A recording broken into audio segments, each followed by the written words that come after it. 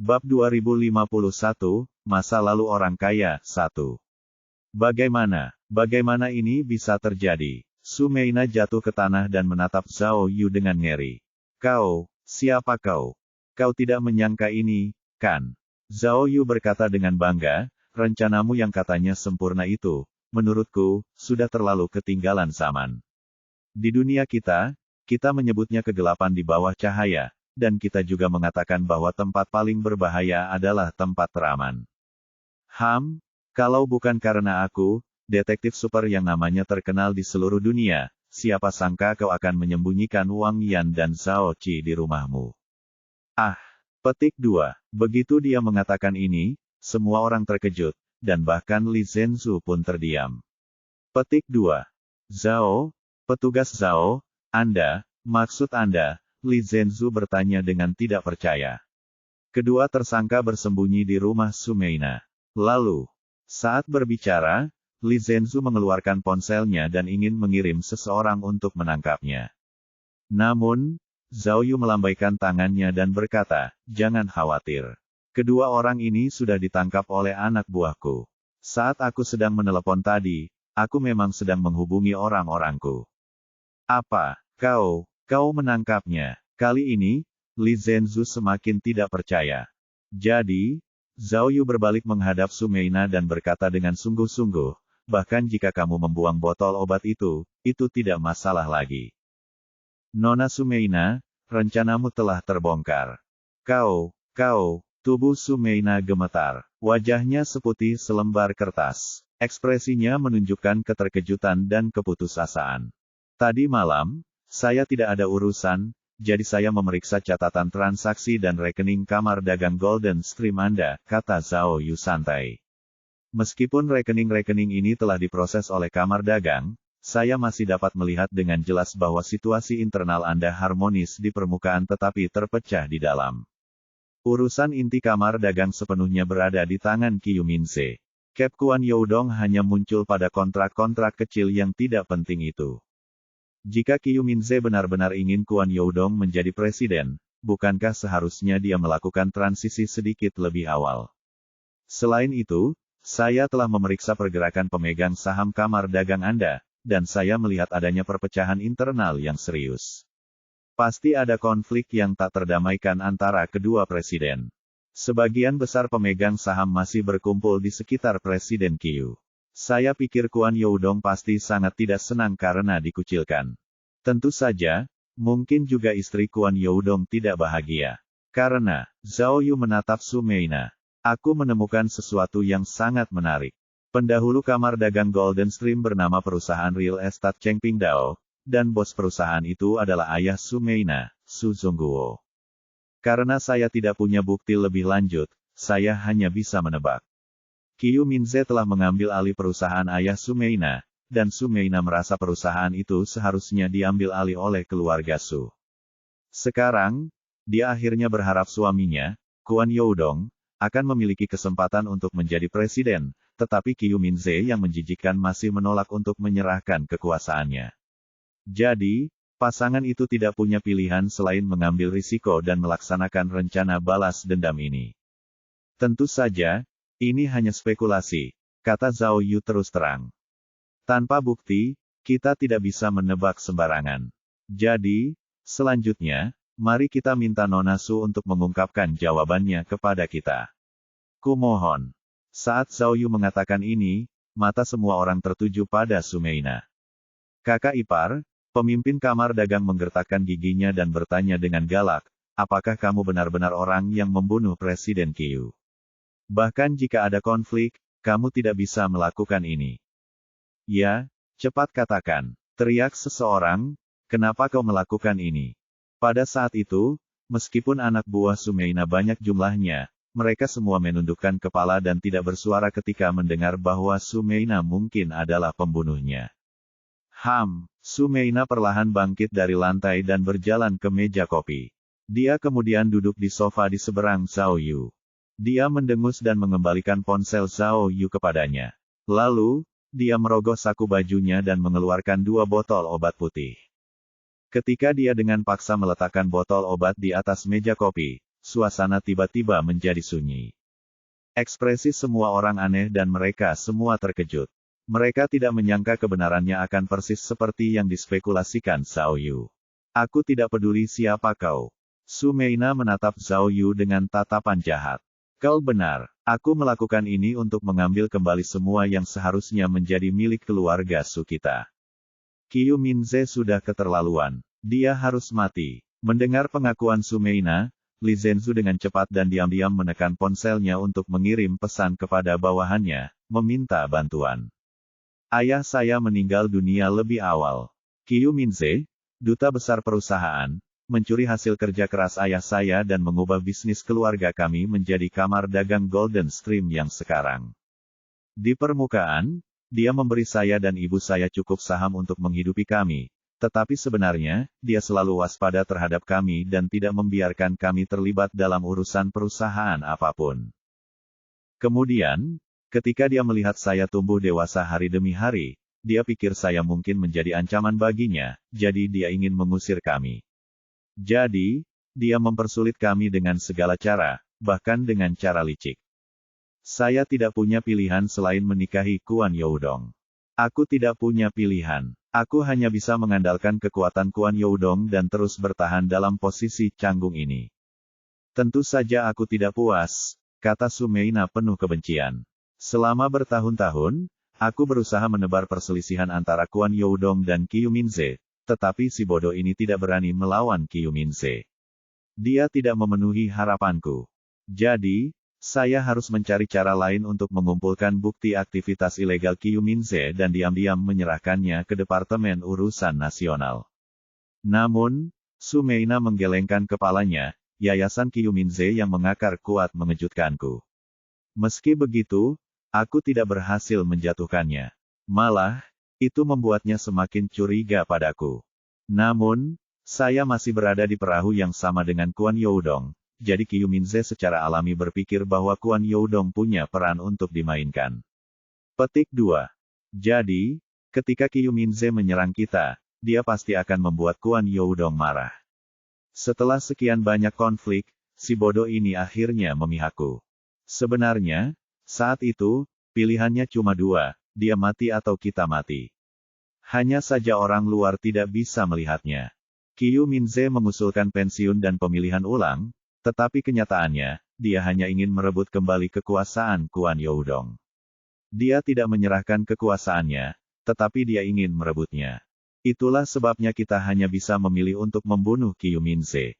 Kalau tidak, kita berdua tidak akan selamat. Aku tidak tahu bagaimana kau tahu tentang rencana kami, kata Su Meina sambil menatap Zhao Yu. Tapi secara umum, hampir sama dengan apa yang kau katakan. Saya punya bukti pembunuhan Wang Yan di tangan saya, dan dia lelah menjadi antek dan kambing hitam Qiu Minze, jadi saya menggunakan 2 poin ini untuk menyuapnya. Adapun Zhao Qi, dia berhutang budi kepada ayah saya di masa lalu, jadi saya menjanjikannya sejumlah besar uang, dan dia pun setuju untuk bergabung. Awalnya, saya berencana meminta Wang Yan untuk mengganti botolnya, tetapi Qiu Minze sepertinya menyadari sesuatu dan menyuruhnya pergi. Pada akhirnya, masalah ini hanya bisa diserahkan langsung kepada Kuan Youdong. Saat dia sedang rapat di rumah Qiu Minze, dia menyelinap ke kamar Qiu Minze dan menukar botol racun itu. Pada saat yang sama, dia juga menghitung pilnya, kata Su Meina sambil menggertakkan giginya. Dengan cara ini, kita bisa menentukan dengan akurat kapan Qiu Minze akan meninggal karena keracunan.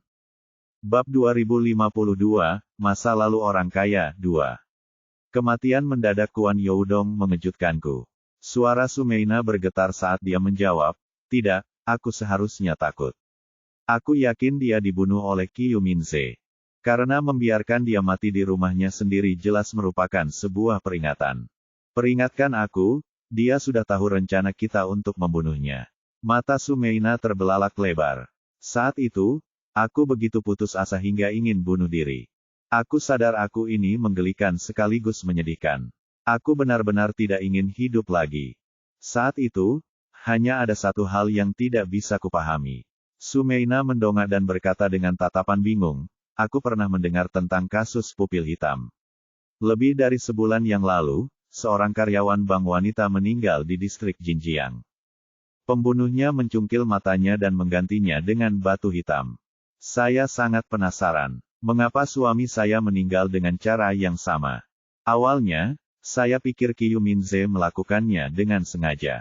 Dia meniru modus operandi pembunuh bermata hitam untuk membunuh Kuan Youdong agar polisi mengira kasus ini terkait dengan pembunuh bermata hitam dan mengalihkan perhatian polisi. Tapi, semakin aku memikirkannya, semakin aku merasa ada yang salah, kata Sumeina.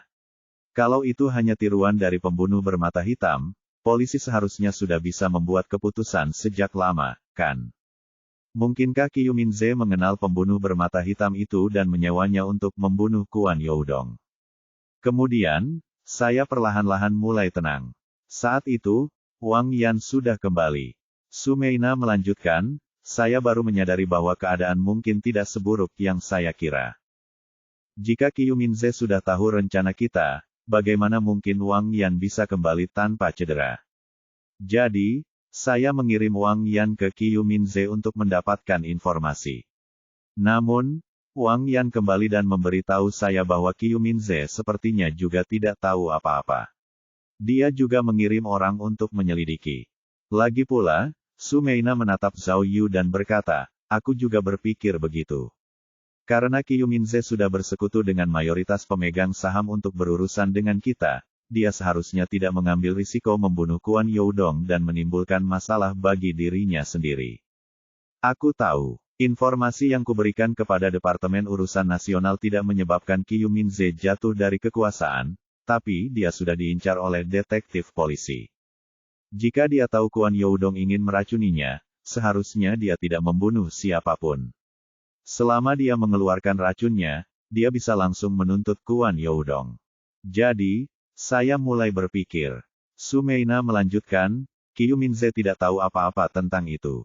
Mungkinkah ini rencana orang lain untuk membunuh Kuan Youdong dan menyebabkan perselisihan internal di kamar dagang Golden Stream? Ketika aku memikirkan ini, aku jadi teringat An Xianxiu, kata Sumeina. An Xianxiu dan Kuan Youdong memang ditakdirkan untuk menjadi musuh bebuyutan. Mungkin An Xianxiu tidak ingin melihat Kuan Youdong menjadi presiden, jadi dia membunuhnya terlebih dahulu. Dalam rencana awal kami juga memasukkan orang ini sebagai target. Saya sudah menggunakan identitas Wang Yan sebagai kamar dagang Golden Stream untuk menyiapkan hadiah besar untuknya. Jadi, setelah memikirkannya, saya memutuskan untuk mengambil risiko. Meskipun Kuan Youdong sudah mati, kami tetap melanjutkan rencana kami sebelumnya, dan itulah yang terjadi kemudian. Insiden pengemudi itu memang disengaja, dan tujuan saya adalah menghancurkan Xianxiu sampai mati agar dia tidak menjadi ancaman bagi saya lagi. Jika dia pembunuh Kuan Youdong, maka aku telah membalaskan dendam suamiku. Jika tidak, aku juga akan memanfaatkan kesempatan ini untuk menyingkirkan duri di sisiku. Sayangnya, surga tidak mengabulkan keinginanku. An Xianxiu tidak mati. Saat itu, Wang Yan melihat seorang Xianxiu berdiri di dekat jendela dengan teropongnya, jadi dia mengaktifkan bola baja itu. Orang ini sungguh beruntung. Mendengar hal itu, Li Zhenzu tiba-tiba teringat sesuatu dan ingin bertanya pada Sumeina. Zhao Yu segera bertanya pada Sumeina, lalu, apa yang terjadi setelah itu? Kematian Qiu Minze di luar dugaanmu. Li Zhenzu segera mengerti apa yang Zhao Yu coba lakukan, jadi dia tetap diam. Aku tidak tahu bagaimana menjawab pertanyaan ini. Kata Sumeina dingin, aku tidak tahu bagaimana perasaanku tentang kematiannya. Sepertinya tidak penting, kan? Lalu, ceritakan padaku tentang prosesnya. Kata Zhao Yu, apakah tebakanku benar lagi?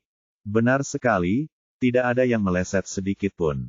Sumeina melanjutkan, meskipun aku tidak yakin apakah Qiu Minze akan meninggal hari ini, kita tetap harus melaksanakan rencana awal kita tepat waktu.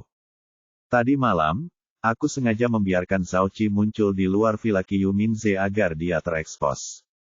Tapi, dia hanya muncul sebentar, lalu tak ada yang tersisa darinya. Harus kuakui, malam itu cukup menegangkan, kata Sumeina. Aku sudah mengatur mata-mata untuk menunggu di luar villa Qiu Minze. Kalau ada yang tahu Qiu Minze diracun, mereka pasti akan mengirimnya ke rumah sakit. Menurut rencana awal, racun Qiu Minze seharusnya bereaksi sekitar tengah malam, tetapi tidak ada pergerakan di villa. Seiring berjalannya waktu dan hujan mulai turun lagi, saya semakin bimbang. Saya pikir sesuatu yang tak terduga telah terjadi, atau Qiu Minze sudah mengetahuinya, atau dia lupa minum pil suatu hari. Saat matahari terbit, aku pikir rencanaku telah gagal, tetapi saat itu, orang-orangku tiba-tiba mengirimkan balasan. Jadi, aku bergegas bersama anak buahku, tapi aku tidak menyangka akan terjadi kecelakaan kecil. Menurut rencana awal, Kuan Youdong seharusnya bergegas bersama anak buahnya, lalu memanfaatkan kekacauan itu untuk mengganti botol obat. Tapi, Kuan Youdong sudah meninggal, jadi aku hanya bisa melakukan ini. Saya tidak menyangka kami tinggal sedekat ini. Saat saya tiba, Qiu Minze sudah dibawa ke rumah sakit. Oleh karena itu, saya hanya bisa menggunakan nama Zhao Qi terlebih dahulu dan meminta anak buah Qiu Minze untuk memeriksa kamera pengawas. Ketika Zhao Qi ditemukan di kamera pengawas, perhatian semua orang tentu akan tertuju padanya. Saat itu, aku menyelinap ke kamar Qiu Minze dan mengambil botol obat berisi racun dan botol kosong tadi. Sumeina menunjuk kedua botol obat di atas meja kopi. Pada saat yang sama, aku meninggalkan sidik jari Zhao Qi di gelas Qiu Minze. Ini menciptakan kesan yang salah bahwa Zhao Qi telah menyelinap ke kamar tidur Qiu Minze dan meracuninya sampai mati. Kupikir, Sumeina menggelengkan kepalanya tanpa daya. Selama aku diam-diam membuang kedua botol ini, tidak akan ada yang mencurigaiku lagi. Aku tidak menyangka, Setelah mendengar pengakuan Sumeina, semua orang di tempat kejadian menghela napas dan menunjukkan berbagai ekspresi rumit. Anak buah Qiu Minze memelototi Sumeina. Mereka jelas-jelas geram. Namun, bawahan Sumeina berbeda. Mata mereka dipenuhi simpati. Akhirnya, setelah Sumeina selesai berbicara, seorang bawahan yang lebih tua berdiri dan menghalangi jalan Sumeina. Nona Su, kami semua adalah mantan karyawan keluarga Su. Jangan khawatir, apapun yang terjadi, kami akan mendukung Anda. Baik, yang satunya berdiri di depan dan berkata, kami akan melindungimu dan meninggalkan tempat ini sekarang. Siapapun yang ingin menghentikanmu harus melewati kami dulu. Mendengar ini, Li Zhenzu segera mengepalkan senjatanya. Petik 2. Tidak, tanpa diduga, Sumeina melambaikan tangannya dan berkata, terima kasih, Paman, atas niat baik kalian, tapi tidak perlu. Karena rencanaku telah terbongkar, tidak ada gunanya melarikan diri. Kamu sudah berbuat banyak untuk keluarga Su. Tidak perlu lagi merepotkanmu. Nona Su, bawahannya cemas. Sumeina berdiri dan memberi isyarat agar diam. Ia lalu berkata kepada Zhao Yu dengan serius, Tuan, saya mengaku bersalah. Saya bersedia pergi bersama Anda. Namun, sebelum aku pergi, bolehkah aku meminta satu hal darimu? Tolong, bantu aku menemukan pembunuh Kuan Youdong. Kumohon, aku mohon padamu. Lalu, Sumeina membungkus 90 derajat pada Zhao Yu. Bab 2053, Bab 2048 Dunia Penuh Warna. Hujan terus turun, menyelimuti kota besar itu dalam kabut dan kelembapan. Beberapa mobil polisi melaju di sepanjang jalan. Sumeina berada di tengah mobil dan ditahan di kantor polisi Seoul untuk diadili. Mobil Li Zhenzu berada di belakang konvoi. Bertahun-tahun yang lalu, ada rumor, Li Zhenzu memberitahu Zhao Yu saat dia mengemudi. Dikatakan bahwa Qiu Minze membunuh ayah Sumeina, Su Zongguo, dan mengambil alih perusahaan keluarga Su untuk bangkit. Petik 2. Bahkan ada yang mengatakan bahwa Qiu Minze telah mengambil ibu Sumeina. Zhao Yu terkejut. Alur ceritanya terasa sangat familiar. Tentu saja, Li Zhenzu mengangguk. Ini semua rumor. Aku sudah memeriksa berkasnya dan berkonsultasi dengan kepolisian kriminal lama. Semua rumor ini seharusnya salah. Mungkin seseorang tidak menyukai Qiu Minze dan sengaja menyebarkan rumor ini. Tapi, jika Sumeina mendengarnya, kata Zhao Yu, itu pasti akan memengaruhinya dan membuatnya ingin membalas dendam. Sayang sekali ibu Sumeina telah meninggal dunia, kata Li Zhenzu. Jika dia masih hidup, dia mungkin bisa memberitahu kita beberapa rahasia yang tidak kita ketahui saat itu. Mungkin, Zhao Yu menempelkan sidik jarinya di jendela mobil, lalu menatap hujan di luar melalui sidik jarinya. Ngomong-ngomong, tanya Li Zhenzu lagi, bagaimana kau melakukan semua ini? Detektif hebatku, kau benar-benar sesuai dengan reputasimu. Bukan apa-apa, aku hanya lebih paham aturan dunia bawah daripada detektif lain. Kata Zhao Yu tenang, aku sudah mencurigai Su Meina sejak tadi malam. Saya sudah memeriksa proyek-proyek yang melibatkan Kuan Youdong, dan semuanya dikerjakan dengan tertib dan bersih. Semua orang tahu bahwa Kuan Youdong hanyalah orang yang kasar, dan satu-satunya alasan dia bisa melakukannya dengan baik mungkin karena Su Meina.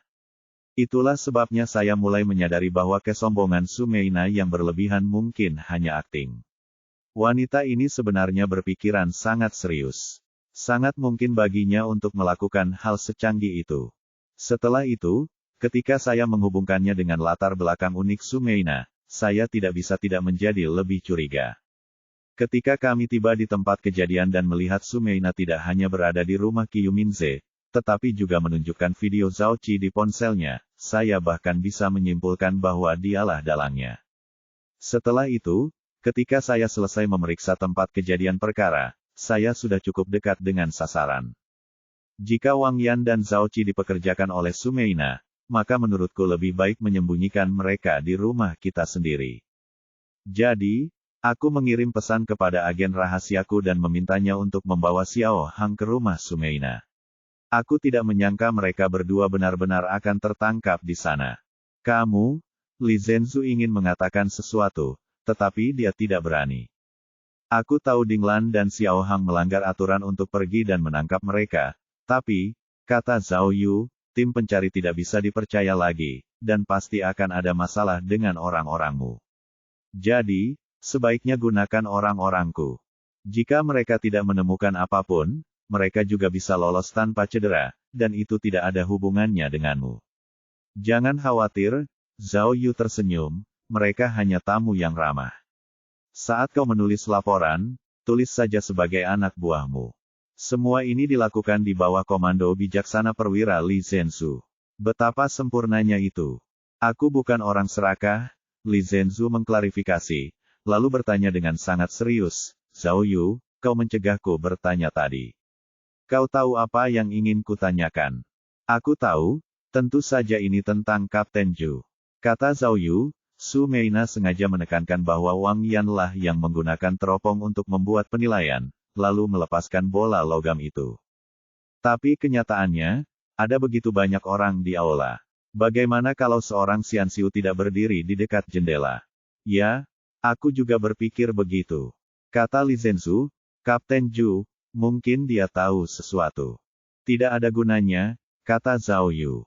Alasan aku menghentikanmu adalah untuk memberitahumu ini. Bahkan jika Su Meina, Wang Yan, dan Zhao Qi bersikeras, dan bahkan jika Kapten Zhu terlibat dalam rencana itu. Di pengadilan, kesaksian mereka tidak ada pengaruhnya. Lagi pula, mereka adalah pihak yang berseberangan. Aku tahu, kata Li Zhenzu. Mungkin Su Meina tidak menyebut Kapten Zhu karena dia ingin melindunginya. Kami sudah menyelidikinya secara rahasia. Jika Kapten Zhu benar-benar terlibat, saya khawatir dia hanya melakukannya untuk membasmi kejahatan bagi masyarakat, kan? Coba pikirkan, kata Zhao Yu. Su Meina dan Kapten Zhu bertemu diam-diam. Dia bilang kalau nanti ke restoran, dia cuma perlu memaksa seorang Xianxiu ke jendela dan nggak perlu ngurus yang lain. Jika itu benar, kau tidak bisa melakukan apapun pada Kapten. Petik 2. Jadi, kata Zhao Yu kepada Li Zhenzu, aku melarangmu melamar menjadi kapten. Lebih baik tidak menyebut nama itu dalam situasi seperti itu. Sebenarnya, kata Li Zhenzu, Kapten Zhu benar-benar orang baik. Selama bertahun-tahun, dia selalu berada di garis depan, melawan para penjahat itu. Dia tidak pernah menerima uang gelap, juga tidak pernah menundukkan kepalanya. Justru karena inilah aku sendirian sekarang. An Xianxiu menyewa seorang penipu. Dia tidak hanya menipu istri Kapten Zhu, tetapi juga memasang jebakan dan membuat istrinya masuk ke laut. Kurasa, Kalau bukan karena dia telah mengambil istrinya, Kapten Ju tidak akan bekerja sama dengan Sumeina, kan? Kenapa orang baik tidak punya karma baik? Kalau begitu, kata Zhao Yu. Kalau begitu, ini semua urusan keluargamu, dan aku tidak akan ikut campur. Kalian bisa mengurusnya sesuka hati. Dunia ini sebenarnya tidak hitam atau putih. Dunia ini penuh warna. Lalu, Zhao Yu menoleh keluar jendela. Di luar sedang gerimis, gelap, dan suram. Namun, dia tahu bahwa ketika hujan berhenti dan matahari muncul, semuanya akan penuh kehidupan dan warna. 1 jam kemudian, di kantor polisi Seoul. Wow, aku telah membantumu menangkap penjahat itu. Dinglan tersenyum dan berkata, kakak ipar, kau akan menemaniku berbelanja di Dota hari ini. Tidak ada batasan jumlah kartu yang bisa kau gunakan, oke. Aku tidak minta banyak, kata Xiao Hang. Aku tidak masalah dengan makanan laut. Apa kamu punya lobster lebih dari 2 kati? Hehehe, Zhao Yu tertawa menanggapi permintaan mereka, tetapi dia tidak tersenyum. Ada apa, kakak ipar? Tanya Dinglan, mereka berdua memang sulit dihadapi. Mereka berdua nekat. Aku dan Xiao Hang hampir terluka. Kau tidak boleh sekecil itu, kan? Hehe, Zhao Yu terkekeh dan berkata, kamu bisa pergi sendiri. Bayar saja ketagihanku. Tidak masalah kalau kamu mau lobster seberat 4 kati. Tidak mungkin. Dinglan menyadari perilaku aneh Zhao Yu, jadi dia segera menarik lengan Zhao Yu dan bertanya dengan malu-malu, bukankah kasusnya sudah terpecahkan? Kenapa kamu masih terlihat begitu tertekan? Insiden kamar dagang memang sudah berakhir, tapi, pada saat ini, Li Zhenzu masuk dari luar, memegang buku tebal berisi informasi. Tapi kasus murid kulit hitam semakin merepotkan. Katanya kepada semua orang. Ah, kasus pupil hitam. Mata Dinglan terbelalak lebar. Pagi ini, kata Li Zhenzu sambil menyerahkan informasi itu kepada Zhao Yu, ada kasus mata hitam baru di selatan kota. Ah, tidak mungkin, kan? Dinglan dan Xiao Hang tercengang. Detektif Zhao, kata Li Zhenzu dengan hormat di matanya, mungkin kita harus pergi ke selatan kota sekarang. Kau benar, Masako-san itu bukan orang biasa. Mungkin saat kita sampai di sana, dia sudah menangkap pembunuhnya. Bab 2054, Bab 2050 hati manusia itu mengerikan. Kapan hujan akan berhenti? Xiao Hang melihat arlojinya lalu ke cuaca di luar jendela. Kakak ipar, kamu terlalu keras bekerja akhir-akhir ini. Dinglan menatap Zhao Yu dengan mata besarnya yang berkaca-kaca, matanya penuh kekhawatiran. Zhao Yu memegang semangkuk mie udon yang mengepul dan memakannya dengan gembira. Kali ini, Li Zhenzu dengan cepat meletakkan mangkuk dan sumpitnya, mengangguk ke arah Zhao Yu, dan berkata, ini semua berkatmu, Detektif Zhao. Jika kau tidak memecahkan kasus ini tepat waktu dan menangkap Sumeina, situasinya akan sangat rumit. Pasti akan ada pertempuran berdarah antara kedua kamar dagang. Dan kekuatan di belakang mereka juga akan menanggalkan semua kepura-puran keramahan dan bertempur sampai mati. Kalian berdua, Li Zhenzu memberi hormat kepada Dinglan dan Xiao Hang, terima kasih atas bantuan kalian. Atas nama Biro Urusan Nasional dan Departemen Kepolisian Seoul, saya mengucapkan terima kasih. Sama-sama, Xiao Hang buru-buru membalas hormatnya. Zhao Yu menepuk bahu Li Zhenzu dan tersenyum. Kakak, kenapa kau masih menganggapku orang luar? Kau sudah bekerja keras beberapa hari ini. Apa yang dikatakan Zhao Yu memang benar. Dengan posisi Li Zhenzu, dia bisa tinggal di kantor dan memberi perintah. Dia tidak perlu melakukannya sendiri. Namun, dia telah berada di sisi Zhao Yu selama beberapa hari terakhir, membantunya. Itu sangat sulit baginya. Secara logika, mereka seharusnya beristirahat setelah menyelesaikan insiden kamar dagang, tetapi mereka tidak menyangka munculnya kasus murid kulit hitam baru, yang benar-benar mengganggu ritme mereka. Oleh karena itu, Li Zhenzu menyerahkan semua urusan selanjutnya kepada Park Xianhe, sementara dia membawa Zhao Yu ke selatan kota. Karena Dinglan dan Xiao Hang tidak ada kegiatan, mereka memutuskan untuk pergi bersama mereka berdua, yang akan menjadi penolong tambahan. Namun, karena sudah siang, semua orang harus makan siang. Jadi, Mereka menemukan restoran mie di pinggiran kota Seoul untuk makan siang. Karena kita sudah menangkap Sumeina, kata Dinglan, apakah itu berarti kasus mata hitam di Chengnan tidak ada hubungannya dengan kamar dagang? Selain wakil presiden, Kwon Youdong. Tunggu sebentar, kata Xiao Hang. Bukankah ada jarak 1 bulan antara kasus pupil hitam? Mengapa kasus ketiga muncul hanya beberapa hari setelah kematian Kwon Youdong? Apakah pembunuhnya sedikit cemas? Nona Zhenzu, tanya Zhao Yu, Anda tadi menyebutkan bahwa Masako Yangshan tidak sederhana. Apa maksud Anda? Mungkinkah dia sudah tahu siapa pembunuh bermata hitam itu? Masako Yangshan. Xiao Hang terdiam. Kenapa kedengarannya seperti nama Jepang? Ya, Zhao Yu mengangguk, dia ahli dalam penelitian Jepang tentang kasus mata hitam. Saya baru saja menerima kabar, kata Li Zhenzu. Ketika kasus mata hitam ketiga terjadi di Chengnan, Qiu Minze sedang dalam kesulitan. Jadi, Sersan Park harus menyerahkan kasus ini kepada kepolisian Chengnan. Pada saat yang sama, ketiga ahli Jepang juga bergegas secepat mungkin. Sekarang, dikatakan bahwa tidak hanya identitas almarhum telah dikonfirmasi, tetapi lingkup umum para tersangka juga telah diungkap. Oh, Zhao Yu bingung. Begitu cepat. Siapa korban ketiga? Apa hubungannya ini dengan Li Yiyan dan Kwon Youdong? Tidak ada satupun dari mereka yang berhubungan, kata Li Zhenzu. Nama korban adalah Liu Bingcheng, dan dia adalah seorang penjual ponsel. Penjualan ponsel. Zhao Yu bingung. Kalau tidak ada hubungan, bagaimana kau bisa menangkap tersangka? Baiklah, kata Li Zhenzu, sebenarnya, Liu Bingcheng ini pernah muncul di berita sebelumnya, tetapi beritanya negatif. Musim dingin lalu, di jalan raya dari Chengnan menuju Seoul, sebuah bus yang membawa 26 orang tiba-tiba terbakar, kata Li Zhenzu dengan ekspresi serius. Awalnya, pengemudi menghentikan bus tepat waktu dan membuka pintunya. Namun, Liu Bingcheng ini, karena ia pergi ke rak bagasi untuk mengambil barang bawaannya, ia menghalangi penumpang di belakangnya, menyebabkan 7 penumpang di belakangnya tidak dapat melarikan diri tepat waktu. Akhirnya, mereka terbakar sampai mati, tetapi ia sendiri tidak terluka.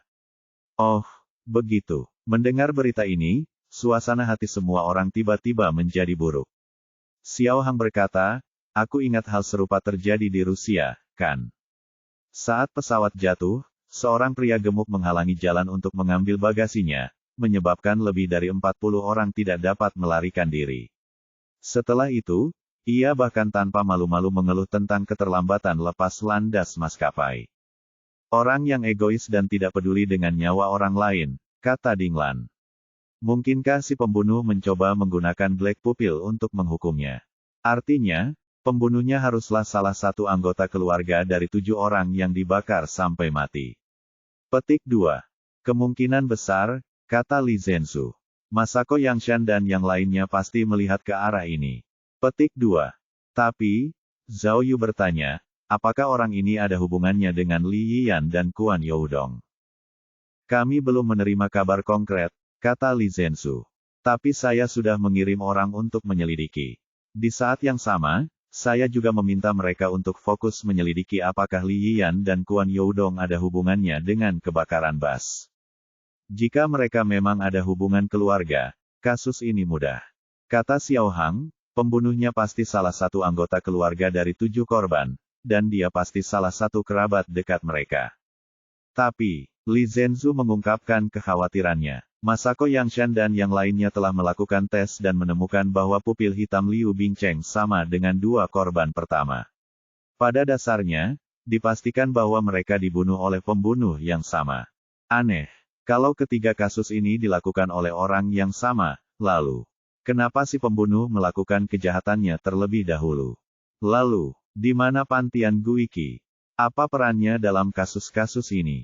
Apakah Anda menduga bahwa, kata Zhao Yu, 3 kasus pupil hitam itu mungkin disebabkan oleh insiden yang berbeda? Atau, pembunuhnya mungkin bukan salah satu anggota keluarga dari 7 korban yang dibakar hidup-hidup? Hanya saja si pembunuh bermata hitam itu tak tahan dengan tindakan orang mati. Menghukum mereka yang mengabaikan kehidupan. Petik 2. Oh, kata Xiao Hang kaget. Kalau begitu, kasus ini pasti akan merepotkan, kan? Kalau si pembunuh tidak punya kepentingan apapun terhadap korban, tapi hanya bertindak karena marah, maka, akan sulit untuk menyelidikinya, kan? Ya, saya khawatir lebih dari itu, kata Li Zhenzu. Saya merasa bahwa dalam jangka pendek, mungkin akan ada lebih banyak kasus mata hitam. Dalam hidup kita, banyak orang yang tidak peduli dengan hidup. Kalau kasus mata hitam ini akhirnya menjadi acara publik atau acara kelompok, itu akan mengerikan. Coba pikirkan, orang egois seperti Liu Bingcheng, kata Li Zhenzu bersemangat. Kematiannya, terutama matanya yang hitam, begitu terungkap, bukan hanya dia tidak akan dihukum, tetapi dia bahkan mungkin akan mendapatkan dukungan publik. Hati manusia adalah hal yang paling menakutkan. Li Zhenzu tiba-tiba meraih tangan Zhao Yu dan berkata, Detektif Zhao, kali ini, apapun yang terjadi, tolong jadilah orang baik sampai akhir dan bantu kami menangkap penjahatnya sesegera mungkin. Membunuh adalah kejahatan, tetapi jika alasan pembunuhan itu menimbulkan simpati publik dan dimanfaatkan oleh orang lain, akan ada masalah yang tak berkesudahan. Saat itu, setelah Pouta Takumi melompat dari tebing dan menghilang, ratusan orang menulis biografinya dan bahkan menyanyikan pujian untuknya, yang menyebabkan sensasi di seluruh Jepang. Pikirkanlah, mata Li Zhenzu melebar, dan suaranya bergetar. Begitu seseorang menggunakan kasus ini dan meniru pembunuh bermata hitam, maka, konsekuensinya akan tak terbayangkan. Wah, setelah mendengar kata-kata Li Zhenzu, Zhao Yu merasakan hawa dingin menjalar di punggungnya. Bab 2055, Bab 2051 mengambil tindakan terlebih dahulu. Ketika mobil polisi memasuki kota selatan, hujan perlahan mereda tetapi tidak berhenti sepenuhnya. Oleh karena itu, sore hari yang seharusnya sangat panas, masih saja mendung. Zhao Yu sedang duduk di dalam mobil, melihat berita yang ditemukannya di ponselnya. Awalnya, alasan Liu Bingcheng tetap pergi mengambil barang bawaannya saat bus terbakar adalah karena di dalam barang bawaannya terdapat sampel ponsel perusahaan. Nilai total sampelnya sekitar $10.000. $10.000 AS untuk 7 nyawa. Media besar menggunakan perbedaan nilai yang mencolok ini sebagai judul gimmick untuk mengkritik Liu Bingcheng. Tentu saja, Liu Bingcheng, yang terlibat, tidak senang. Ia tidak hanya dikecam oleh publik, tetapi juga dipecat oleh perusahaan.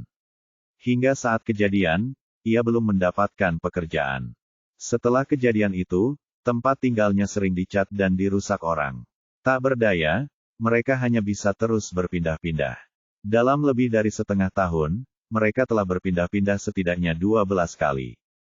Mungkin, dia sudah menyesali tindakan gegabahnya saat itu. Namun, sudah terlambat untuk menyesal. Matanya telah direnggut tanpa ampun oleh si pembunuh dan digantikan dengan pupil hitam. Cek-cek. Zhao Yu mulai memikirkan apa yang dikatakan Li Zhenzu sebelumnya. Karena polisi belum dapat menemukan hubungan antara korban pertama, Li Yan, dan Kuan Youdong, mungkinkah mereka menjadi target pembunuh karena insiden yang berbeda? Mungkinkah polisi salah memahami situasi dan keliru mengira bahwa kasus mata hitam di Seoul sama dengan kasus mata hitam di Yokohama? Bahwa si pembunuh ingin membunuh orang-orang yang mempunyai hubungan keluarga dengannya. Faktanya, si pembunuh hanya memilih mereka yang menurutnya telah melakukan kesalahan yang tak termaafkan. Jika memang demikian, maka kesulitan untuk memecahkan kasus ini memang meningkat pesat. Lagi pula, kekhawatiran Li Zhenzu bukannya tanpa alasan. Begitu kasus ini terungkap, akan menarik perhatian masyarakat, dan pasti akan menimbulkan kegemparan besar dan opini publik. Jika pembunuhnya tidak dapat diadili secepatnya, akan lebih sulit lagi untuk menanganinya di masa depan. Saat ia sedang berpikir, mobilnya berhenti di taman bunga di kota Chengnan. Polisi setempat telah menerima berita tersebut dan siap menyambutnya di tempat parkir. Ketika Zhao Yu dan yang lainnya keluar dari mobil, seseorang membawakan mereka payung. Hahaha. Tiba-tiba, dengan suara seperti lonceng, Zhao Yu mendengar suara perempuan yang familiar. Kong, kalian semua di sini. Tuan Zhao Yu, kita bertemu lagi. Sebelum melihat orang itu, Zhao Yu sudah tahu kalau itu adalah Nona Masako Yangshan. Masako mengenakan pakaian olahraga hitam, tampak energi dan bersemangat. Ia meraih lengan Zhao Yu dengan alami dan berkata dalam bahasa Mandarin yang fasih. Ayo, aku antar kamu ke TKP. Aku sudah menunggumu. Setelah itu, dia memegang lengan Zhao Yu seolah-olah tidak ada orang di sekitar dan menuntunnya ke tempat kejadian perkara, yang telah diberi garis polisi kuning. Ini, Xiao Hang dan Ding Lan saling berpandangan. Xiao Hang ingin mengatakan sesuatu, tetapi ketika memikirkan temperamen Zhao Yu, dia memilih untuk tutup mulut. Ding Lan juga memegang dagunya, dan tatapan aneh melintas di matanya. Bisakah kau bayangkan, di bangku taman lagi, Masako Yangshan membawa Zhao Yu ke bangku panjang di hutan. Karena ada tempat berteduh, ia tidak perlu menggunakan payung. Zhao Yu melihat bahwa di bangku panjang di depannya, ada garis besar mayat, sehingga dia bisa mengetahui lokasi umum almarhum. Mengingat kembali kasus murid kulit hitam pertama, korbannya, Li Yian, juga ditemukan di bangku taman. Hujan tadi malam, kata Masako. Saya menduga pembunuhnya membunuh korban dan memindahkannya ke sini setelah mengubah pupil hitamnya. Kalau tidak, bagaimana mungkin si pembunuh melakukan transplantasi mata yang begitu canggih di tengah hujan? Zhao Yu tidak berbicara, tetapi mengamati pemandangan dengan cermat, memikirkan sesuatu. Otopsi masih berlangsung. Masako Yangshan, yang tak bisa tinggal diam, berkata, tapi aku sudah melihat mayatnya. Semua detailnya sama dengan kasus mata hitam. Pasti dilakukan oleh pembunuh bermata hitam itu. Ngomong-ngomong, Black Pupil sudah melakukan perbandingan. Batunya berasal dari batu yang sama dengan dua kasus sebelumnya, dan jejaknya persis sama. Tapi, kata Zhao Yu, sepertinya ada masalah dengan waktu, kan? Dalam kasus pupil hitam Yokohama F. Marinos, interval antar kasus selalu sekitar 1 bulan, tapi... Tidak, Masako langsung menyela Zhao Yu dan berkata, bukan begitu. Kasus murid kulit hitam Yokohama F. Marinos tidak memiliki jangka waktu yang pasti. Jangka waktu terpendek adalah 23 hari, dan terlama adalah 34 hari. Setiap kali Pouta Takeshi membunuh seseorang, ia harus melakukan persiapan yang matang. Misalnya, mempelajari kehidupan dan istirahat target, menentukan lokasi pembunuhan, dan sebagainya. Asalkan dia siap, dia akan bergerak. Dia tidak peduli waktu. Kurasa, sekarang juga begitu, kata Masako serius. Polisi baru tahu kalau Liu Bingcheng melamar pekerjaan sebagai pelaut dari perusahaan perikanan Yuanan karena tidak bisa tinggal di rumah lagi. Dia akan pergi melaut minggu depan. Jadi, mata Masako yang besar dan cerah melebar. Apakah si pembunuh khawatir Liu Bingcheng tidak akan bisa bergerak setelah dia pergi ke laut, jadi dia bergerak terlebih dahulu? Akan lebih bagus jika kita melakukannya lebih awal, kata Zhao Yu sambil melihat ke arah bangku. Dengan begitu, kita mungkin bisa meninggalkan beberapa petunjuk. Bingo, kami juga memikirkan hal yang sama, kata Masako bersemangat. Saya sudah mengingatkan agen di Chengnan pagi ini untuk menyelidiki kamera pengawas dan saksi di sekitar. Saya juga meminta peta taman yang detail dari Departemen Pertamanan dan Departemen Lalu Lintas, serta peta rute lalu lintas di dekat taman. Semalam hujan. Ini bukan hal yang baik, celoteh Masako. Hal baiknya adalah kita bisa menemukan jejak kaki atau jejak yang biasanya tidak bisa kita temukan. Hal buruknya adalah hujan akan menghapus beberapa jejaknya. Oke, Zhao Yu dengan cepat menekan bahunya dan berkata, ceritakan tentang penyelidikannya. Bagaimana penyelidikan terhadap tersangka? Sambil berbicara, Zhao Yu berjalan melewati tanaman di belakang bangku panjang dan mengamati halaman dengan saksama. Ada lubang di halaman yang basah, jadi jelas, pembunuhnya tidak akan masuk ke sana. Kami telah menemukan informasi tentang 7 korban yang terbakar sampai mati.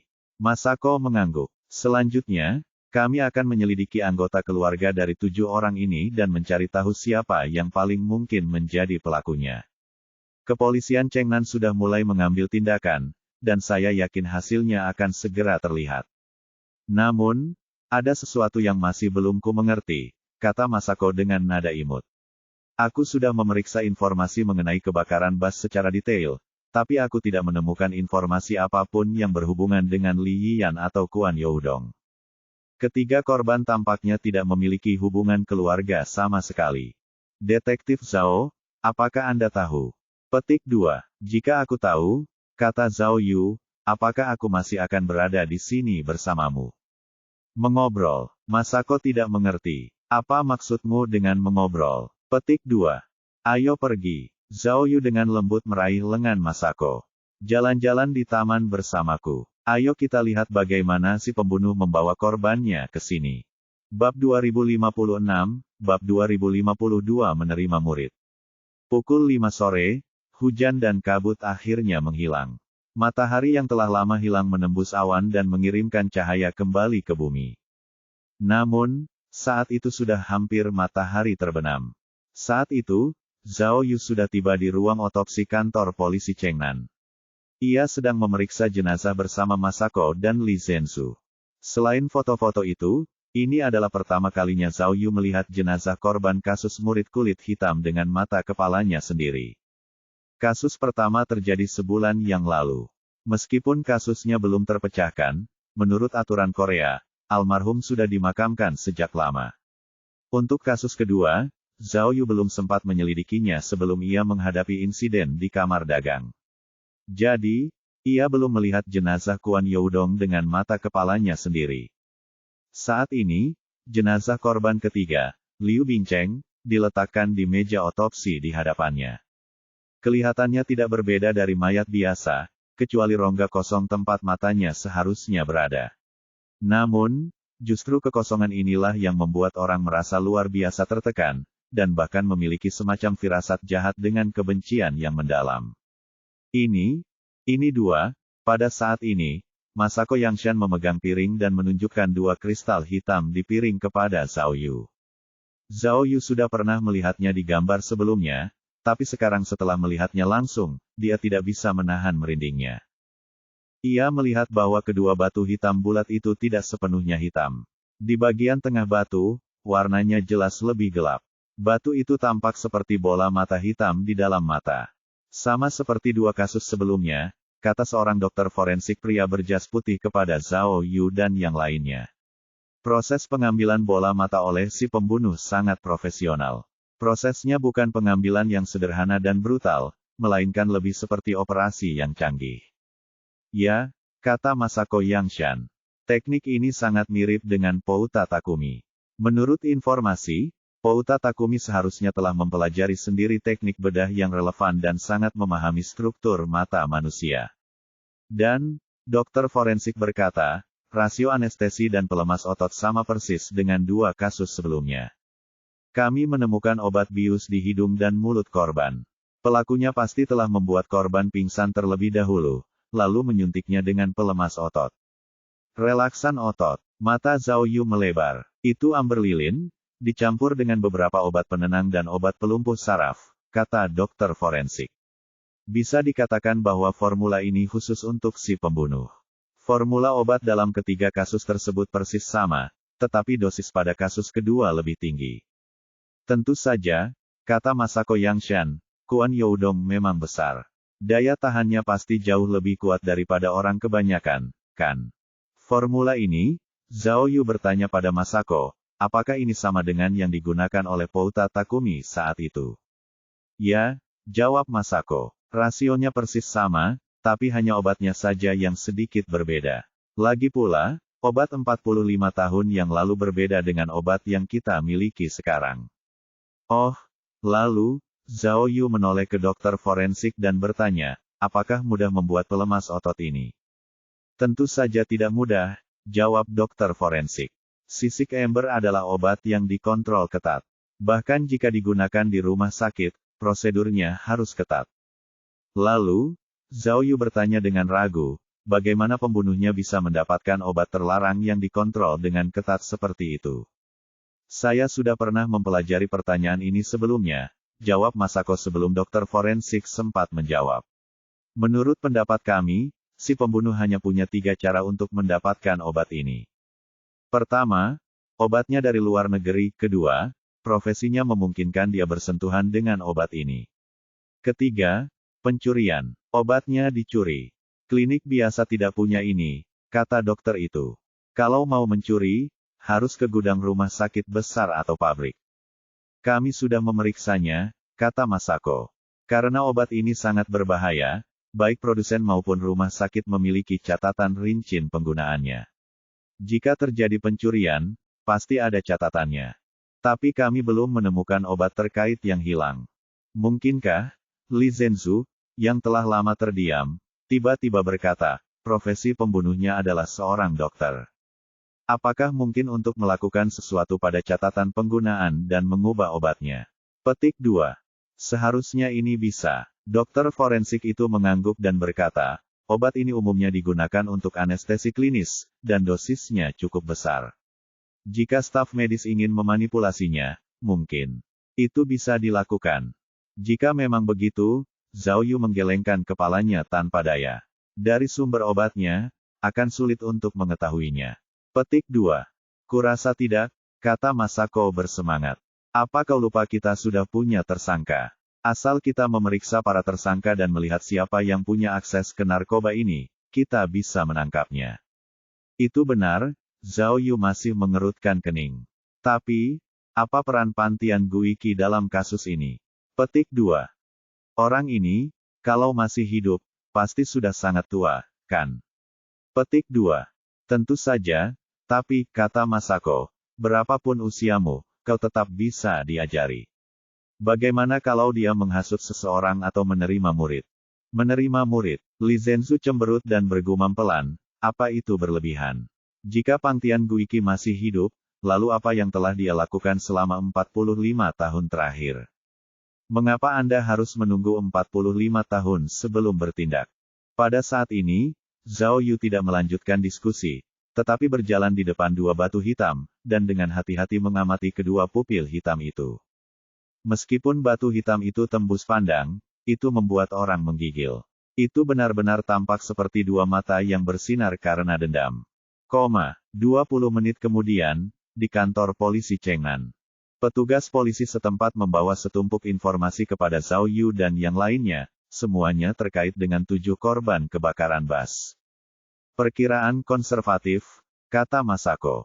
Kita perlu menyelidiki setidaknya 30 tersangka, dan orang-orang ini adalah anggota keluarga dan kerabat dari 7 korban. Tidak masalah, kata Li Zhenzu.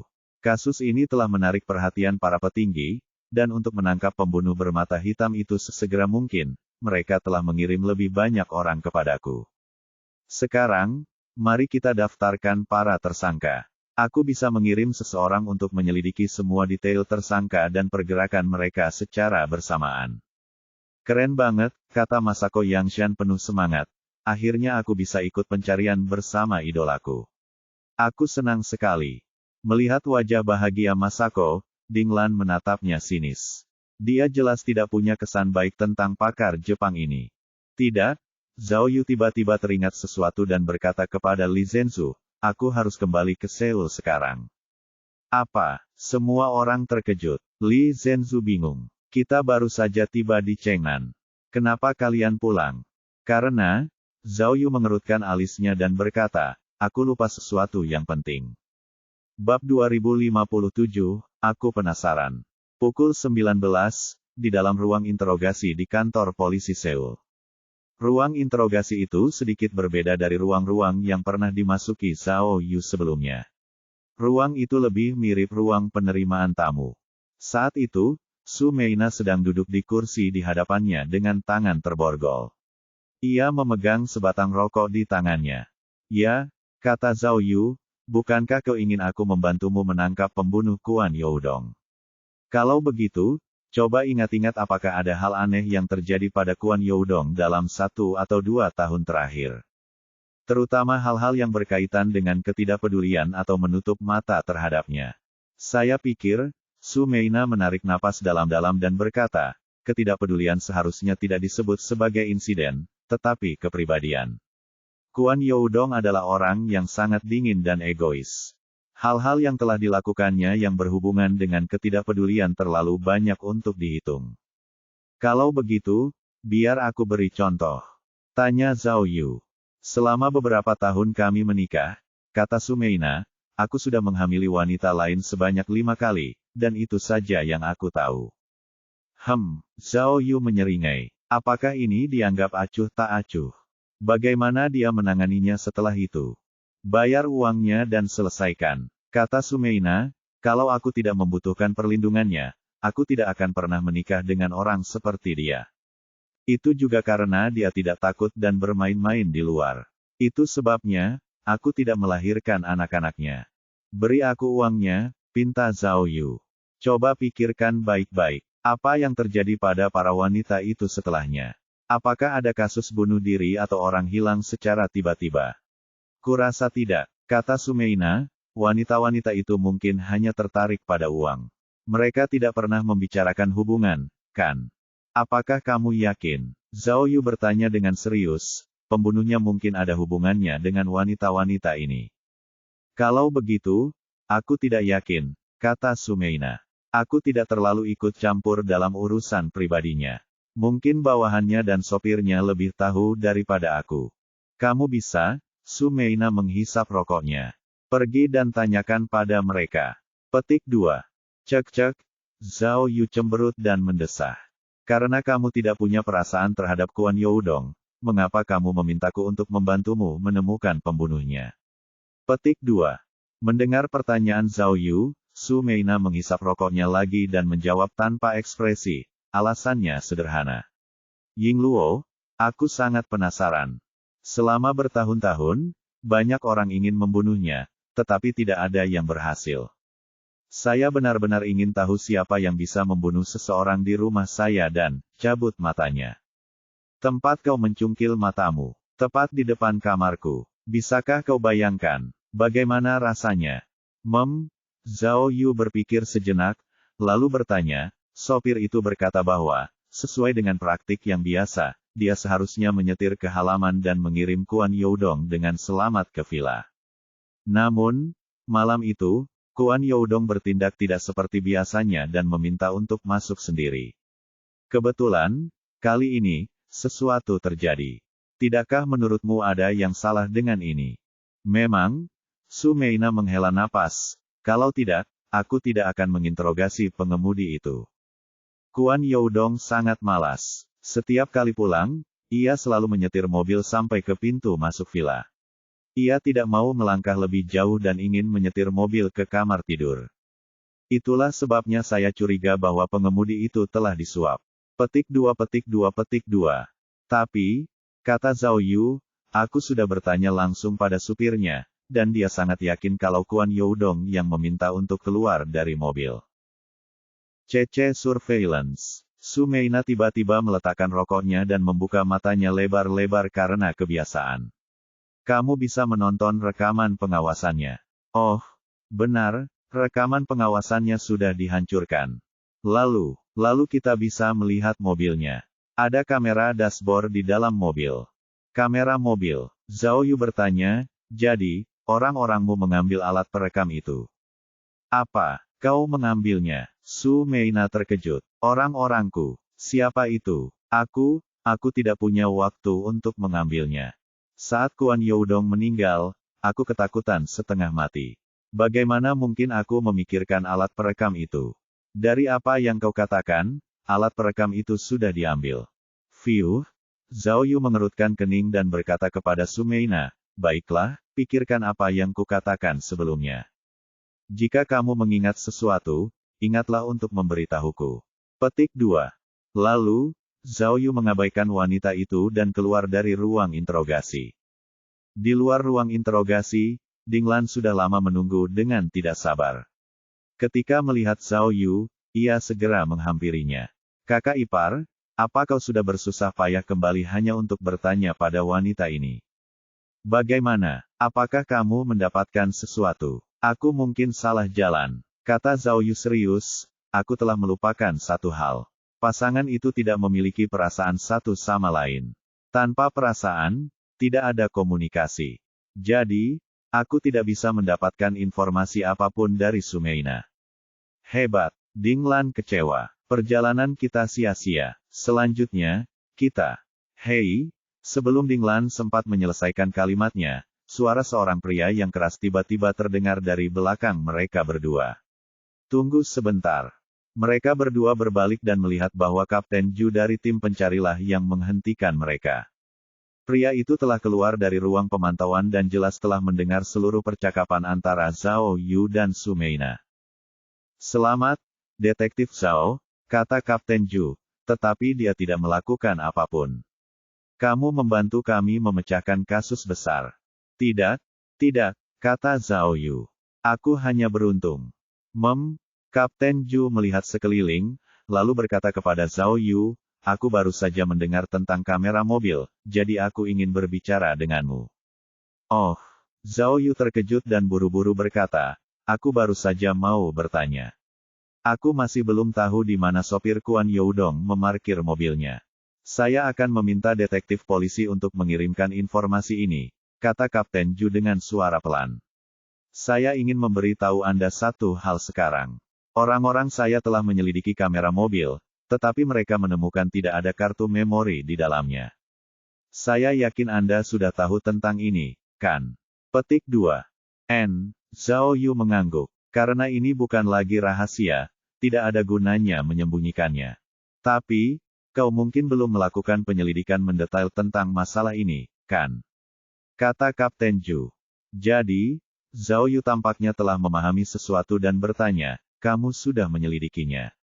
"Baik," kata Kapten Ju, "kami sudah memeriksa mobil itu dan semua peralatan pengawasan di dekat tempat parkir malam itu. Namun, kami tidak menemukan sesuatu yang aneh. Tidak ada tanda-tanda kerusakan sama sekali pada mobil itu." "Oh, begitukah?"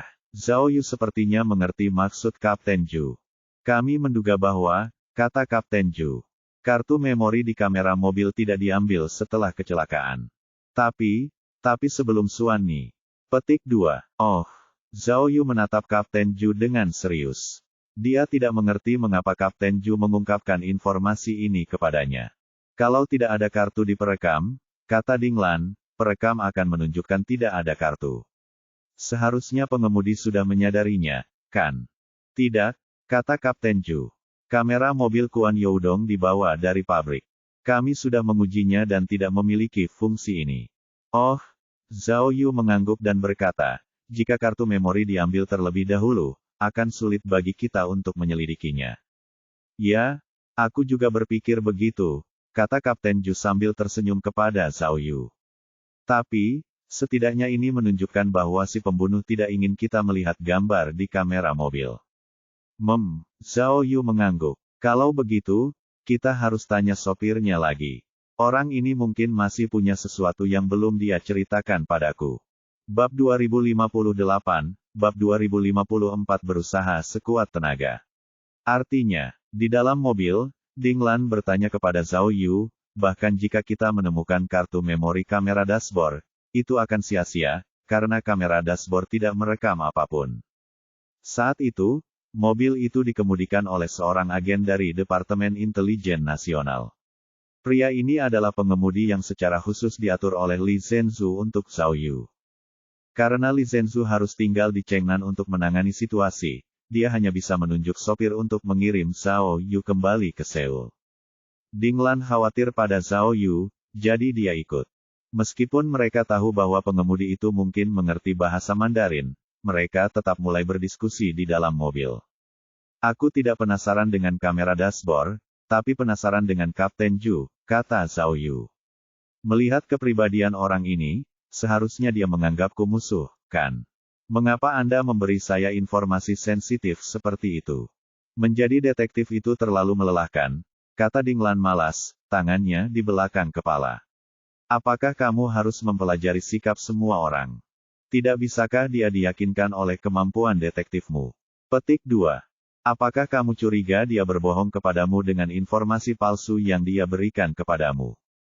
Oh. Zhao Yu tidak mengatakan apa-apa, tetapi dia sudah memiliki jawaban di dalam hatinya. Kapten Ju berada dalam posisi yang canggung. Dengan penangkapan Sumeina, dia mungkin sudah tahu bahwa seseorang mencurigainya. Begitu Departemen Urusan Nasional mulai menyelidikinya, mereka pasti akan memintanya untuk berhenti bekerja di tim Guangzhou. Dia aktif berusaha mendapatkan hati Zhao Yu. Mungkin dia punya firasat dan hanya ingin menyelesaikan kasus pupil hitam secepat mungkin. Tentu saja, Ding Lan benar. Karena Kapten Ju bersedia memberitahu Zhao Yu, itu berarti Kapten Ju percaya pada kemampuannya. Tapi, Ding Lan merenung sejenak, lalu berkata, karena dia menyadari pentingnya pengemudi, dia pasti sudah menginterogasi mereka berkali-kali, kan? Mengapa Anda tidak menunjukkan saja catatan interogasinya kepada kami? Petik 2.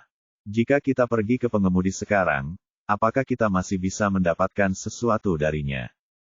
Tidak masalah apakah kamu bisa mengeluarkannya atau tidak, kata Zhao Yu singkat, kamu harus bertanya. Kamu bilang kamu salah jalan, jadi kakak ipar, Ding Lan cemberut. Mengapa kita tidak mulai dengan korban pertama? Petik 2. Setidaknya, dia tidak seperti Kuan Youdong, yang punya rekam jejak buruk, kan? Bukankah lebih mudah untuk menyelidikinya? Tidak, tidak sesederhana itu, kata Zhao Yu. Li Yiyan adalah petugas kredit di sebuah bank. Tidak seperti bank di sini, mereka memiliki hak untuk meninjau pinjaman kecil. Meskipun setiap jumlah uang tidak besar, itu sangat penting bagi mereka yang mengajukan pinjaman.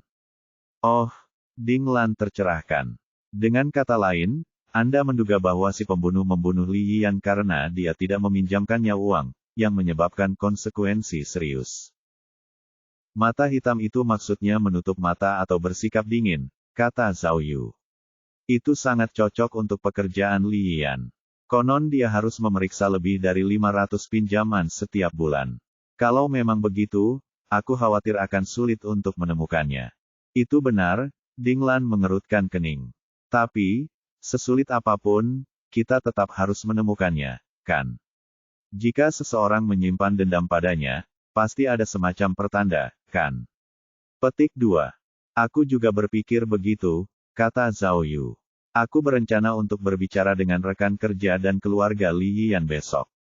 Sebelumnya, kami fokus pada hubungan antara Li Yiyan dan Kuan Youdong. Sekarang, sepertinya tidak ada yang terjadi di antara mereka. Itulah sebabnya kita hanya bisa memulai dari awal lagi dan mulai menyelidiki dari hubungan pribadi Li Yiyan. Baiklah, aku akan menemanimu. Ding Lan berbisik di telinga Zhao Yu, ayah baptisku memberitahuku bahwa ada perubahan dalam misimu, dan dia meminta kami untuk mendukungmu sepenuhnya. Mengerti, Zhao Yu menggosok-gosokkan kedua tangannya.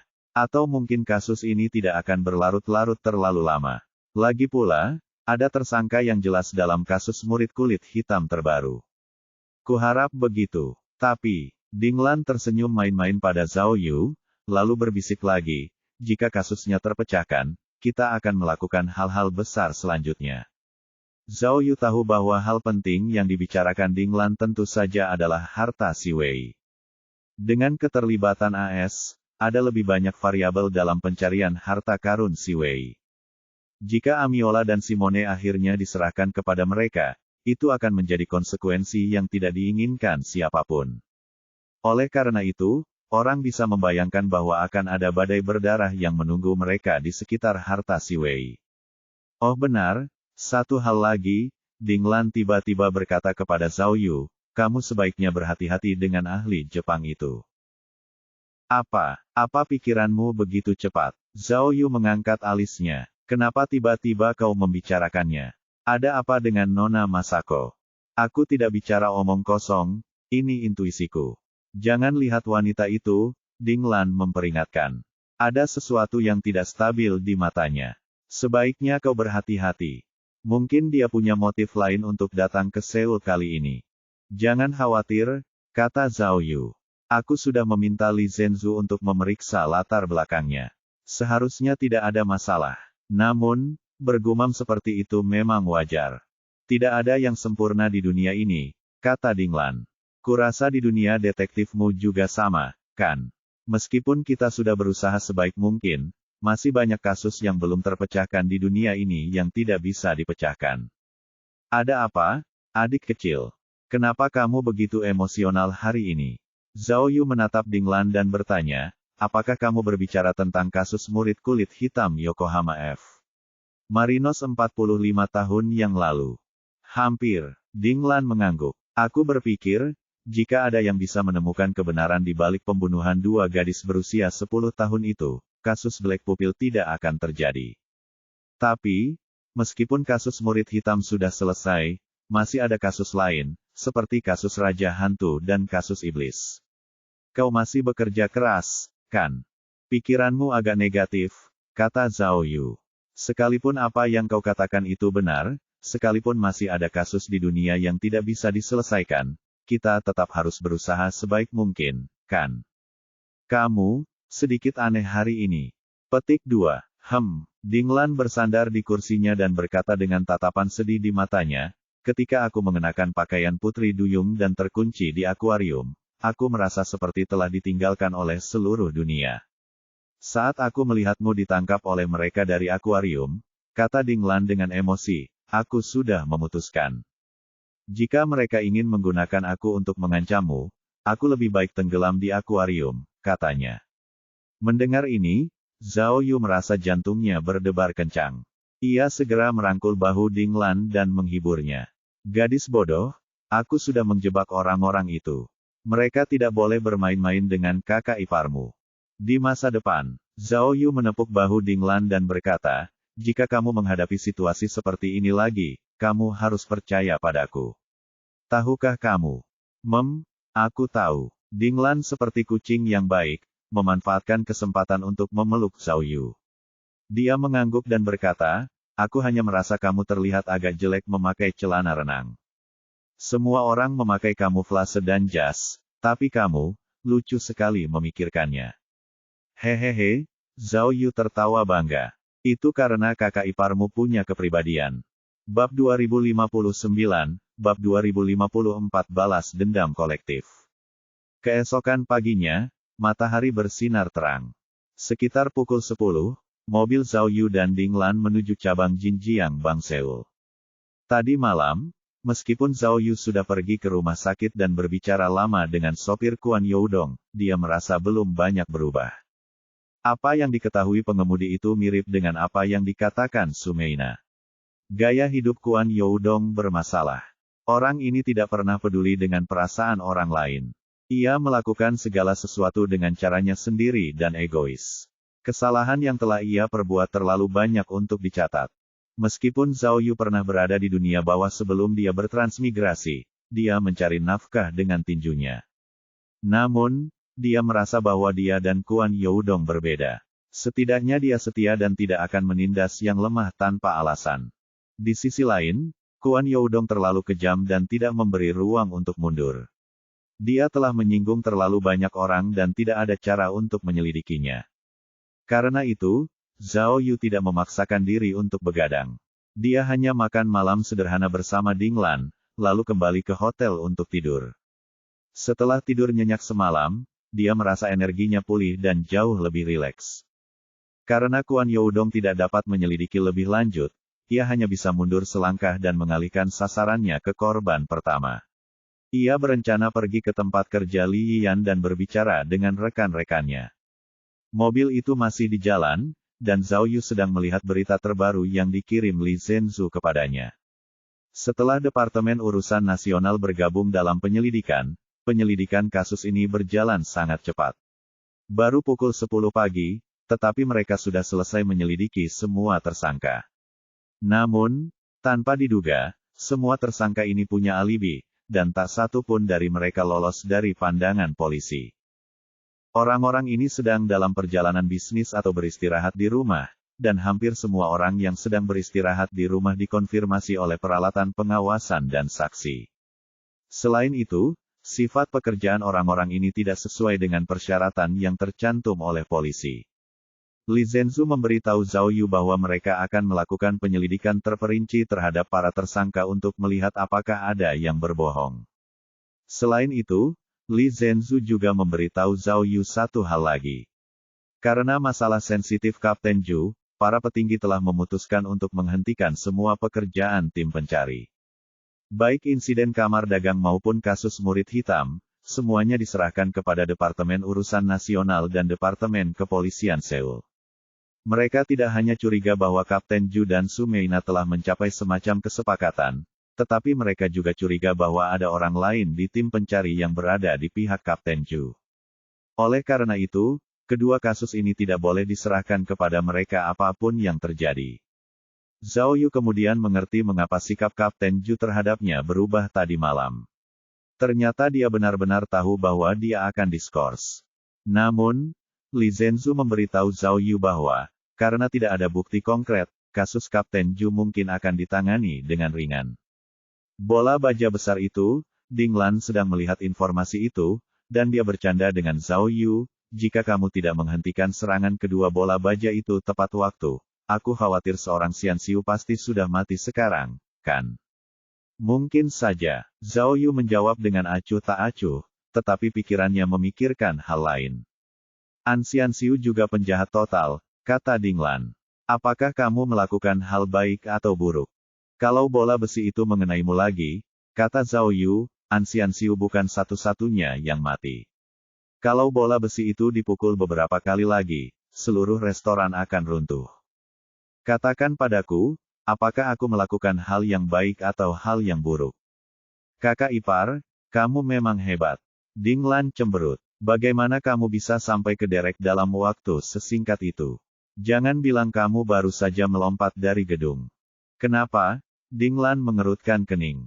Setiap kali kamu terlibat, selalu ada hal yang tidak biasa terjadi. Sama seperti di ruang rahasia bawah tanah, kau melumpuhkan begitu banyak orang dengan kabel listrik, tapi kau tidak terluka. Mungkinkah? Ding Lan menatap Zhao Yu dengan serius. Apa yang kau katakan terakhir kali benar? Sistem apa? Transmigrasi apa? Benar, Zhao Yu mengangguk tanpa ragu. Akhirnya kau percaya padaku, kan? Aku memang sedikit berandalan di kehidupanku sebelumnya, menagih rentenir dengan tongkat setiap hari, tapi setelah aku bertransmigrasi, aku menjadi detektif kepolisian kriminal. Bagaimana kau bisa menjelaskannya? Baiklah, kata Ding Lan tanpa daya, mari kita bicarakan kasusnya. Cek, Zhao Yu sangat puas dengan dirinya sendiri. Jika dia mencoba menjelaskan, itu hanya akan membuat Ding Lan semakin curiga, jadi sebaiknya dia mengatakan yang sebenarnya. Tak seorang pun akan percaya padanya, sekalipun dia mengatakan kebenaran. Ding Lan, kata Zhao Yu sambil menunjuk pesan-pesan di ponselnya. Tidakkah menurutmu pesan-pesan ini agak aneh? Ya, aku baru saja mau memberitahumu. Tersangkanya banyak sekali, kata Ding Lan. Mustahil mereka semua punya alibi, kan? Bukankah ini agak terlalu disengaja? Itu mengingatkanku pada pembunuhan Eastern Express. Kau tahu. Lalu, Ding Lan mengangkat tangannya untuk menunjukkan bulu kuduk Zhao Yu. Ya, aku juga berpikir begitu, kata Zhao Yu.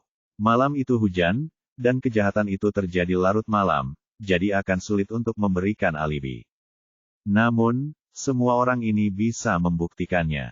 Sebaliknya, hal ini justru membuat orang merasa ada yang tidak beres. Apa maksudmu dengan Eastern Express? Petik 2. Tidak mungkin. Kau detektif hebat, belum pernah menontonnya. Bahkan jika kau belum membaca novel, setidaknya kau harus menonton filmnya, kan? Ding Lan menjelaskan, pembunuhnya adalah semua orang. Pada akhirnya, bahkan detektif hebat Polo pun tidak bisa berbuat apa-apa. Nanas. Zhao Yu bingung. Nama detektif itu cukup baru. Ding Lan curiga bahwa Zhao Yu berpura-pura, dan matanya dipenuhi dengan penghinaan. 5 detik kemudian, dia berkata, apakah menurutmu anggota keluarga dari 7 korban yang terbakar sampai mati semuanya terlibat? Kasus ini benar-benar mirip dengan Oriental Express. Semua anggota keluarga korban membenci Liu Bingcheng sampai ke tulang. Apakah kamu sudah menonton film Korea, Dear Gold? Kata Ding Lan, itu juga cerita tentang balas dendam suatu kelompok. Petik 2. Kamu sudah menonton banyak film, kata Zhao Yu. Tapi film itu fiksi. Pada kenyataannya, adakah yang mau mengambil risiko di penjara atau bahkan dihukum mati untuk membalas dendam? Dan yang paling penting adalah, kata Zhao Yu, bahkan jika itu benar-benar balas dendam kolektif dari keluarga korban, dari mana datangnya murid kulit hitam itu? Bagaimana Anda menjelaskan bahwa kasus mata hitam dan kasus mata hitam Yokohama berasal dari batu yang sama? Bagaimana Anda menjelaskan bahwa rasio anestesi terhadap pelemas otot, dan metode pengangkatan bola mata, semuanya sama dengan kasus pupil hitam Yokohama F. Marinos? Hei, Hei, hei. Setelah Zhao Yu bertanya, mata Ding Lan berbinar, seolah-olah dia memikirkan sesuatu. Kakak ipar, aku kurasa aku punya ide. Katanya dengan tergesa-gesa. Apakah menurutmu, orang-orang ini dihasut oleh seseorang? Dan orang yang menghasut mereka adalah, apakah itu Lao Ai, Pantian Guiki? Zhao Yu tersentak, dan bulu kuduknya berdiri. Kalau begitu, kata Ding Lan bersemangat, bisakah kamu segera memberitahu Li Zhenzu untuk menangkap tersangka dan membawanya kembali ke kantor polisi untuk diinterogasi? Tunggu, Zhao Yu berpikir cepat, lalu berkata, kurasa terlalu merepotkan untuk membujuk anggota keluarga satu persatu. Apakah ada cara yang lebih langsung dan efektif? Apakah anggota keluarga korban pernah berkumpul? Petik 2. Ding Lan merenung sejenak sebelum menjawab, mungkin. Sebuah tugu peringatan untuk almarhum, pemakaman, atau... Mata Ding Lan berbinar, mungkinkah? Asosiasi Bantuan Bersama Kongtong. Petik 2. Asosiasi Bantuan Bersama. Zhao Yu belum pernah mendengarnya. Itu untuk duduk bersama dan berbagi perasaan, tindakan, dan emosi Anda setelah mengalami trauma. Ini untuk mencapai tujuan menenangkan trauma dan konseling kondisi psikologis. Ding Lan menjelaskan. Oh, mata Zhao Yu terbuka lebar. Aku pernah melihatnya di film. Petik 2. Kelompok gotong royong semacam ini biasanya diorganisir dan dituan rumahi oleh seseorang. Suara Ding Lan mulai bergetar. Mungkinkah?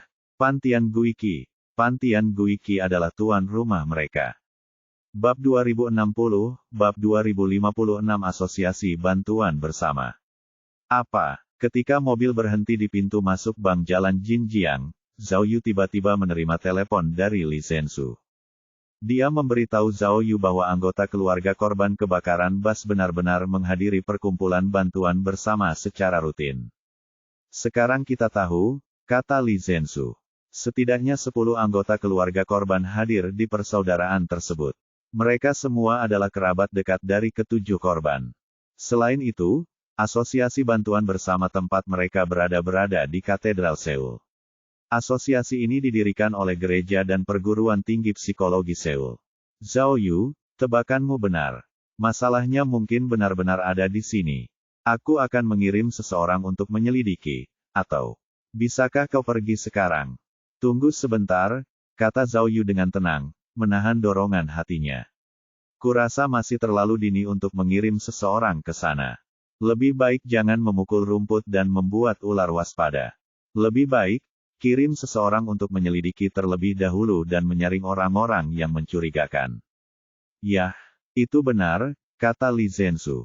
Tempat seperti gereja tidak cocok untuk operasi skala besar. Jika penyelidikannya salah, Biro Intelijen Nasional tidak akan sanggup menanggung akibatnya.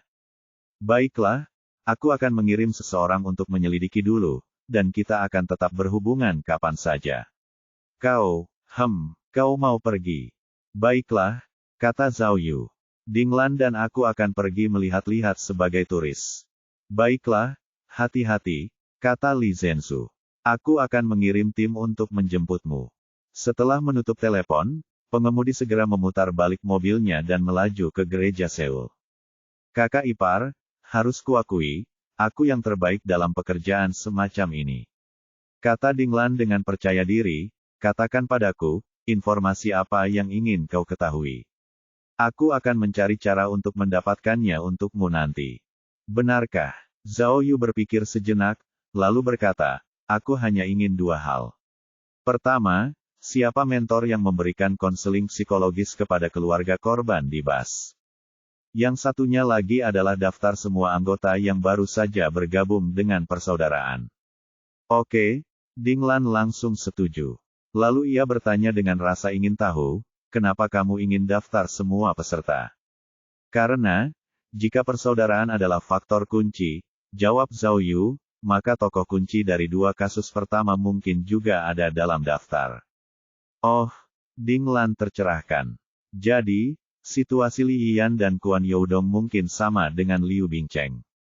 Orang yang mereka bicarakan juga bergabung dengan perkumpulan mahasiswa setelah terluka. Kakak ipar, jika Pantian Guiki masih hidup dan kau menangkapnya, maka kau benar-benar terkenal sebagai detektif internasional. Apa yang kau katakan? Wajah Zhao Yu menegang. Apa aku belum cukup terkenal sekarang? Aku sekarang terkenal di seluruh alam semesta, mengguncang alam semesta. Sambil membual tanpa malu, Zhao Yu membuka informasi tentang Pantian Guiki di ponselnya dan mencoba mengingat seperti apa tampilannya.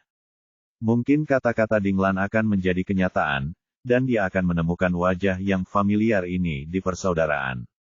Gereja di Seoul sangat dekat dengan jalan Jinjiang. Sebelum tengah hari, Zhao Yu dan Miao Ying sudah memasuki gereja. Bangunan itu bergaya gotik besar dengan gaya khas barat. Meskipun bukan objek wisata terkenal, bangunan itu tetap menarik banyak wisatawan. Namun, ini nyaman bagi Zhao Yu dan Zhao Yu. Mereka mengenakan pakaian kasual dan membawa ransel, seperti turis. Setelah memasuki gereja, mereka melihat banyak orang barat yang bekerja di gereja sepanjang tahun. Zhao Yu dan Dinglan tidak datang berkunjung. Mereka langsung melewati aula gereja menuju aula belakang. Menurut informasi, di sanalah kantor persaudaraan berada. Mereka berkeliling beberapa kali dan tidak melihat banyak orang. Bahkan jika mereka melihat beberapa biarawati dan staf, tidak ada yang memperhatikan mereka. Lewat sini, dengan sangat cepat, Dinglan mengenali sebuah kantor dan membawa Zhao Yu masuk. Petik 2. Tanpa diduga, tidak ada seorang pun di ruangan itu. Kemarilah, lihatlah tembok ini. Dinglan menunjuk ke foto-foto di dinding dan berkata, orang-orang ini pasti pendeta di sini. Mari kita lihat apakah ada.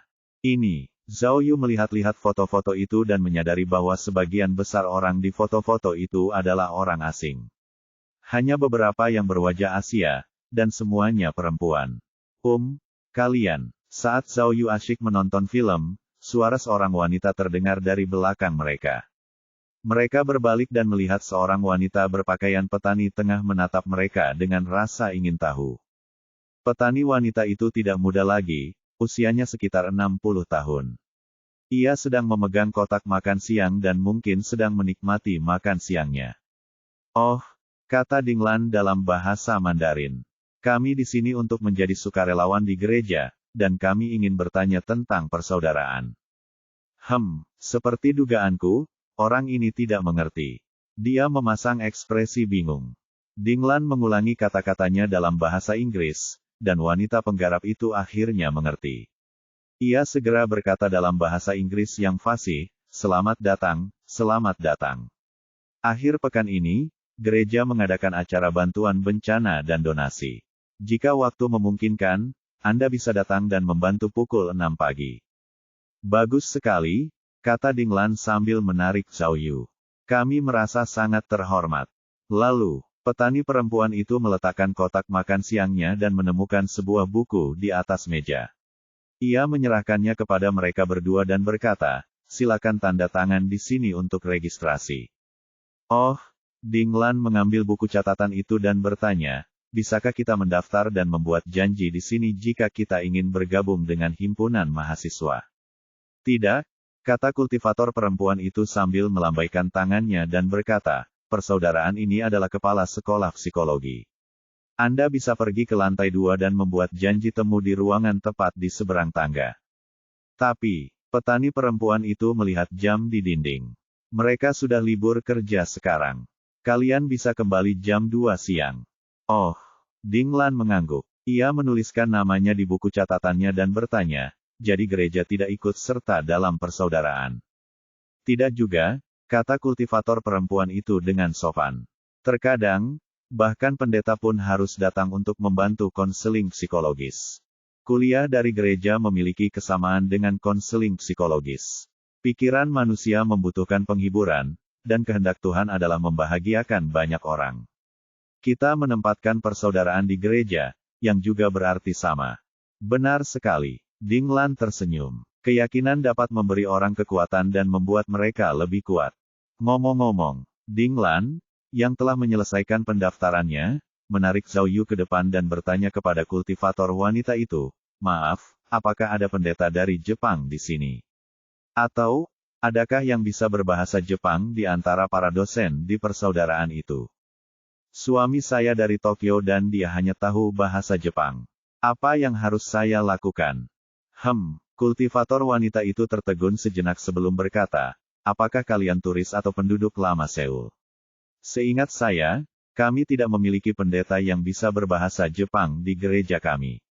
Namun, kalian bisa pergi ke persaudaraan dan bertanya, kan? Fakultas Psikologi akan menugaskan seorang konselor sesuai situasi. Mungkin kita bisa mencari konselor yang bisa berbahasa Jepang. Oh, Dinglan berpikir sejenak, lalu mengangguk untuk mengungkapkan rasa terima kasihnya. Kosongkan tempatmu, Kiwa. Zhao Yu tiba-tiba berkata. Setelah mengatakan itu, ia menyadari bahwa ia telah mengatakan hal yang salah dan buru-buru mengoreksi dirinya sendiri. Alido, terima kasih. Kultivator wanita itu membungkuk sopan dan bertanya, kalian berdua sedang terburu-buru untuk menemukan asosiasi. Apakah kalian menemui masalah? Apakah kamu butuh bantuanku untuk berbicara dengan pendeta? Petik 2. Oh, tidak perlu, tidak perlu. Dinglan buru-buru berkata, suami saya dan saya memang mengalami beberapa masalah, tapi... sulit untuk mengatakannya. Itulah sebabnya kami datang jauh-jauh ke sini untuk meminta bantuan. Tetap saja, terima kasih. Dinglan membuat tanda silang di depan dadanya. Tuhan memberkati. Kami pamit dulu. Petik 2. Lalu, dia menarik Zhao Yu keluar dari rumah.